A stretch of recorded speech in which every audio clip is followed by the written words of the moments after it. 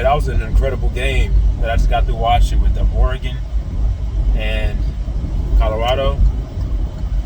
And I'm a big Deion fan. I like what he's doing in Colorado.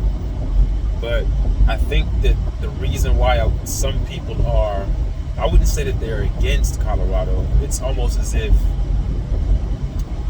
their rise to prominence is coming too quickly, so to speak. Usually you have people who will talk about putting in the work for many years before they get to a top spot to be talked about a lot and put on national television a lot, and just put through the ringer through all social media outlets where they're being talked about as if they're the number one team in the country. And that's not Deion's fault. And Deion has always had that type of persona to bring about that type of attention to himself. But that being said, I don't think that this humbles Colorado or anything like that. What I do believe is it just exposed Colorado for their weaknesses today. They've been able to kind of cover it up with the first 3 wins of the season. But I think that Colorado is more closely aligned to Colorado State than they are to the stronger teams in the Pac-12. And that's common sense. That's pretty much a logical conclusion to come to, because if you think about it, this is a team that was 1-11 last year. Now, yes, I granted that a lot of the players that were 1-11 are not there, but even if you put together a brand new team with over 80-something players that are coming there through the portal, it still takes time to build the kind of team you want. Because mind you, these aren't players that Deion Sanders recruited out of high school. These are just players that came through the portal that left their team to join the Colorado Buffalo team. So there's a difference there. Their team is better than last year, of course, but this idea that Colorado was going to come in and win every game of the season, that's preposterous. No one thought that. But I believe that the fans of Colorado were acting like that. And I think that's where you're getting the animosity and the jealousy and the envy of other coaches. I mean, you can see it. Even today, the coach for Oregon, it's early in the game. He's already up. They have the ball in their territory. It's 4th down, and I believe 4th down and 6, I believe, or something like that. 4th and 5. And the guy goes for a fake punt. And you gotta remind you, he's already up. It's early in the game. This is not late in the game. Every team that Colorado plays, they're going to be out to send a message to Colorado. Without a doubt, unequivocally, they're going to be out to send a message towards Colorado.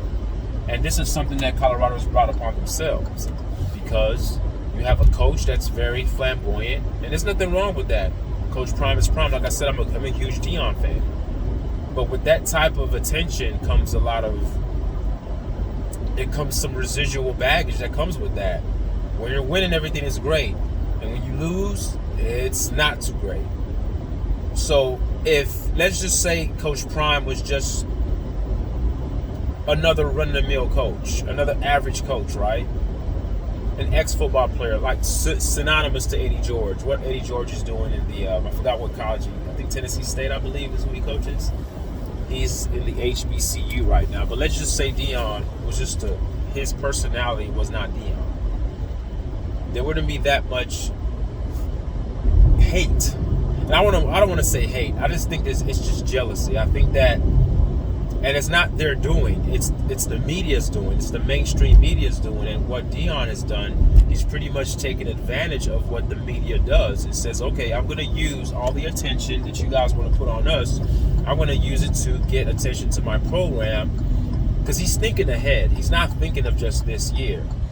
He's thinking, if I can get more people talking in Colorado and I can get more of our games on television, that's a huge recruiting tool. That's a huge recruiting tool to get people to come to play for Colorado.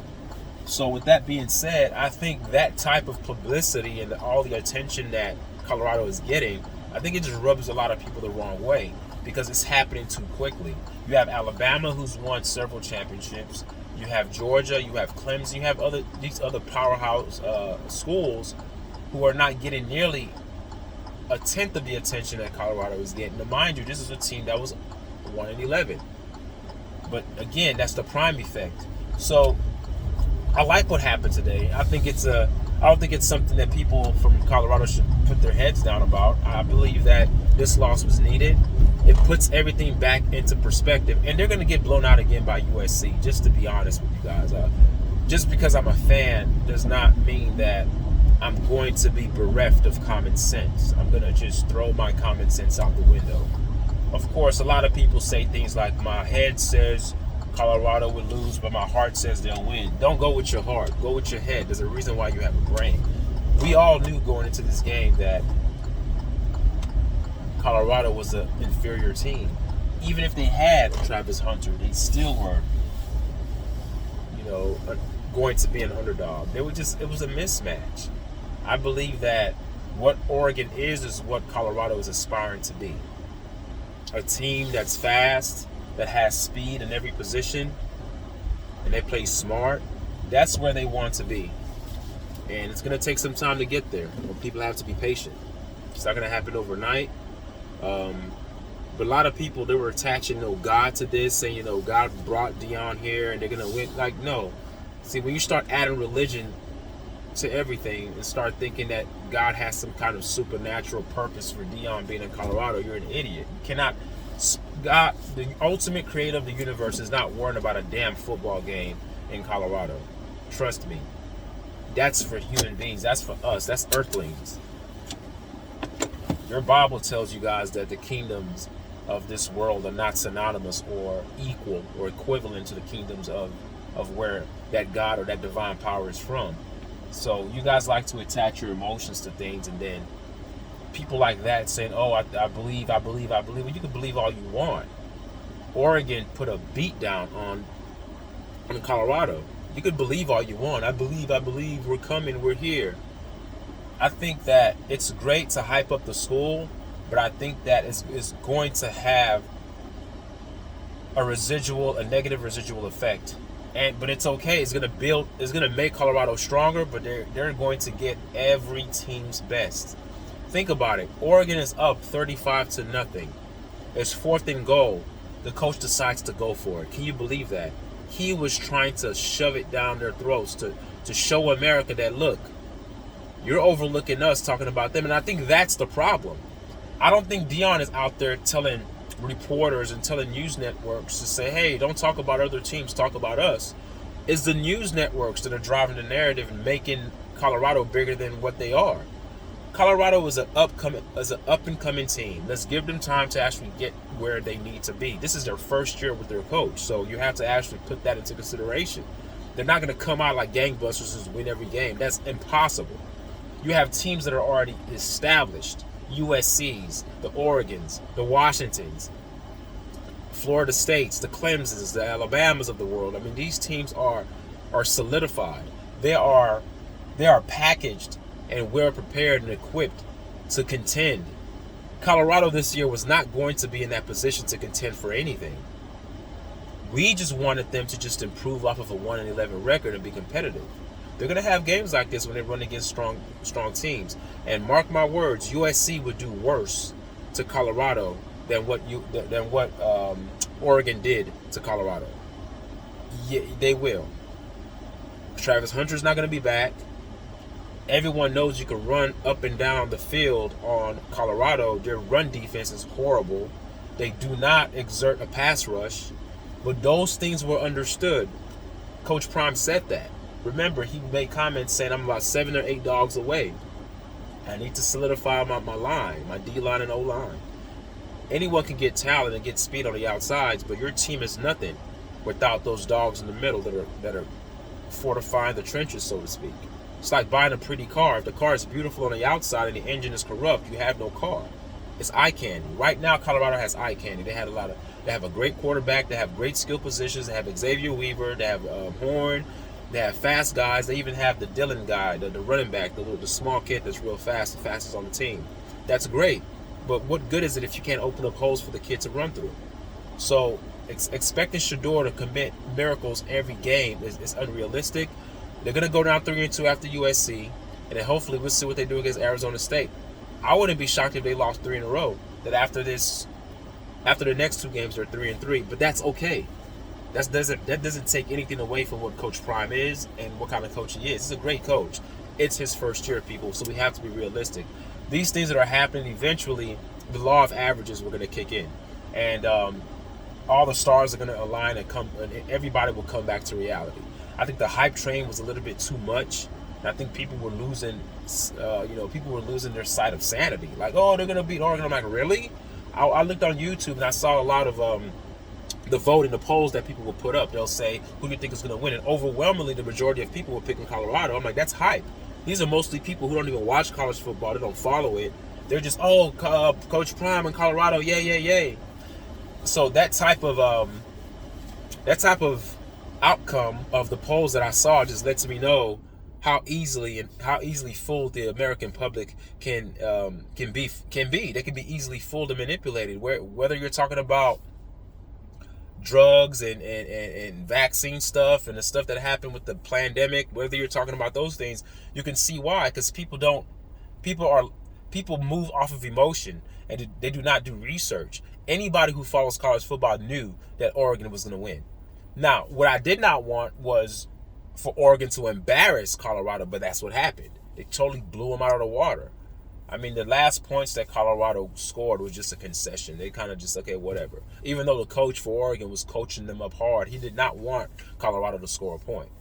But, I mean, much respect to Deion. Even after the game, he knew how disrespectful the coach was trying to be, because usually there's unwritten rules in sports. Whenever you're putting it on an opponent, you kind of don't want to rub it in. It's kind of disrespectful to do that, but like I said, these coaches are out to send a message. They're out to send a message to Colorado to show them, hey, if all the spotlight's going to be on your team, when our team plays you, we're going to make sure that we turn that spotlight back on us. So basically, the energy that Colorado has kind of siphoned away from the other teams, they're trying to get that back. So it's a battle for streaming power. It's a battle for wave time power. It's a battle for publicity talk power. And so I'm glad that they lost. Eventually, I kind of wanted the hype train to kind of come down. And I'm a huge Deion fan. I wanted Colorado to win, but I have to be realistic. I'm like, Oregon is a good team. And all the weaknesses of Colorado accentuates the strength of Oregon, so to speak. So Oregon, they have good running backs. Colorado can't stop the run. Oregon has good receivers. Colorado has problems stopping those slants. I mean, they got exposed against Colorado State. So teams are going to be looking at what they did, what Colorado State did against Colorado, and they're also going to look at what Oregon did. USC has arguably the best quarterback in the nation, and they do have fast running backs, and they do have an O-line and a D-line. So here we go again. So basically, Colorado is going to be playing a much more disciplined version of Oregon, which is USC, and expect the score to be much worse than what it was today. All right. So again, don't be down if you're a fan. It's not realistic to think that Deion was going to come and just win every game.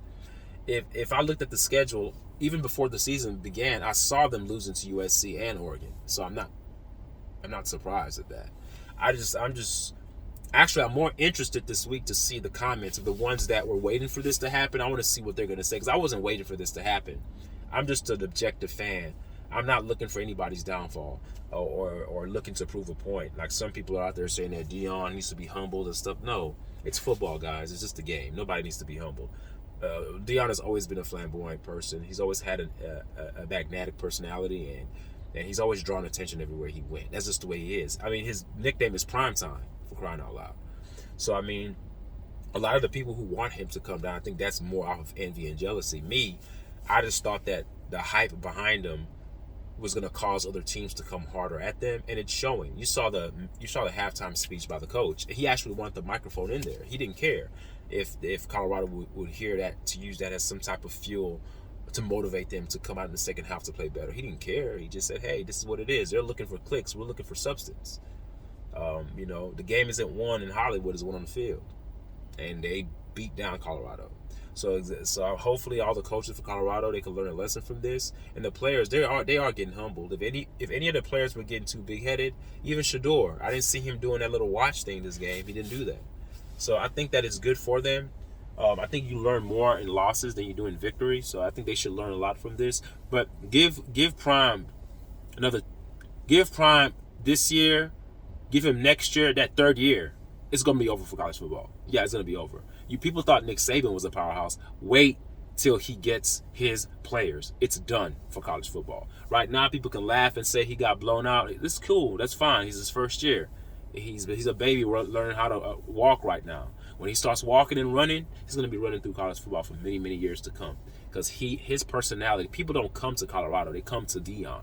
He actually said that. He says, when I go on the recruiting trips, people aren't following the universities. They're following me. They're following him. So keep that in mind. All right? Thank you guys for listening. All right. Bye.